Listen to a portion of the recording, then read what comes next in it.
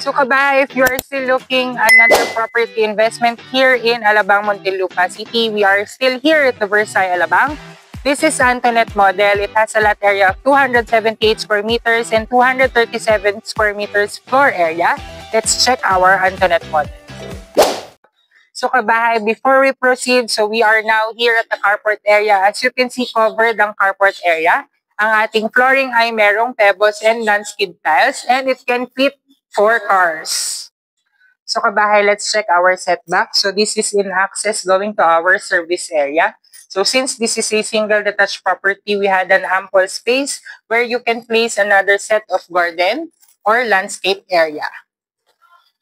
So we are now here at the lanai area. So as you can see, we had a sliding door, access going to our dining area. So here is another access going to our dining area. We have a sliding door and another garden area or landscape area. So we are now here at the frontage of our properties. As you can see, we have an ample space, another set of landscape where you can place another garden. And then as you can see, our facade is very modern and minimalist. So kabahay, let's go sa ating Antoinette model. So upon entering mga kabahay, meron tayo ditong powder room.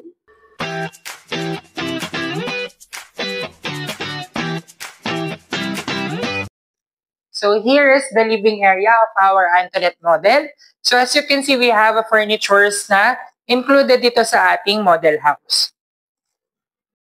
So here is the dining area. So as you can see, it can fit a 6-seater dining table. We have an access going to our lanai area.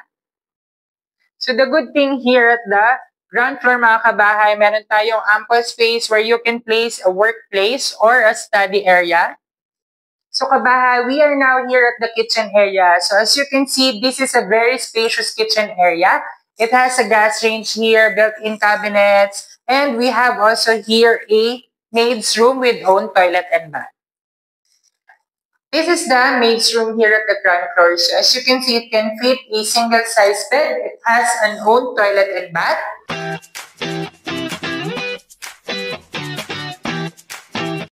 So here at the ground floor mga kabahay, meron tayong storage area. And on this side is another common toilet and bath.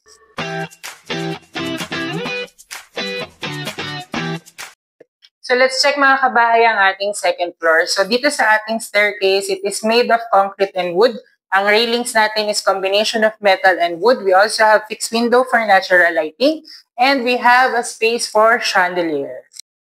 So here at the second floor mga kabahay, we have a total of 3 bedrooms with own toilet and bath.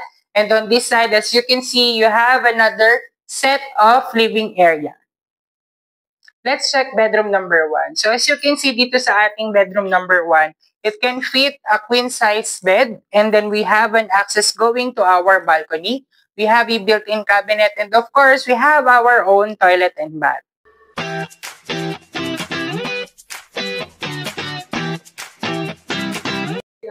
Bedroom number 2 here at the second floor. So as you can see, it can fit a single to double-size bed.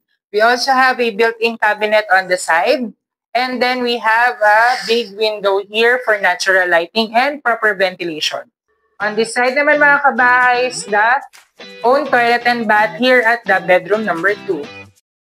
Let's check our master's bedroom. So here at the master's bedroom mga kabahay, naka-cove ceiling tayo and it can fit a king-size bed. Meron din tayong sariling balcony and meron tayong own toilet and bath with walk-in closet.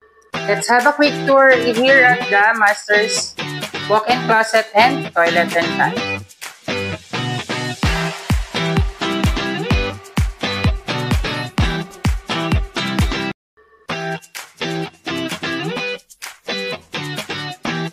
On this side mga kabahay, we have another set of balcony access.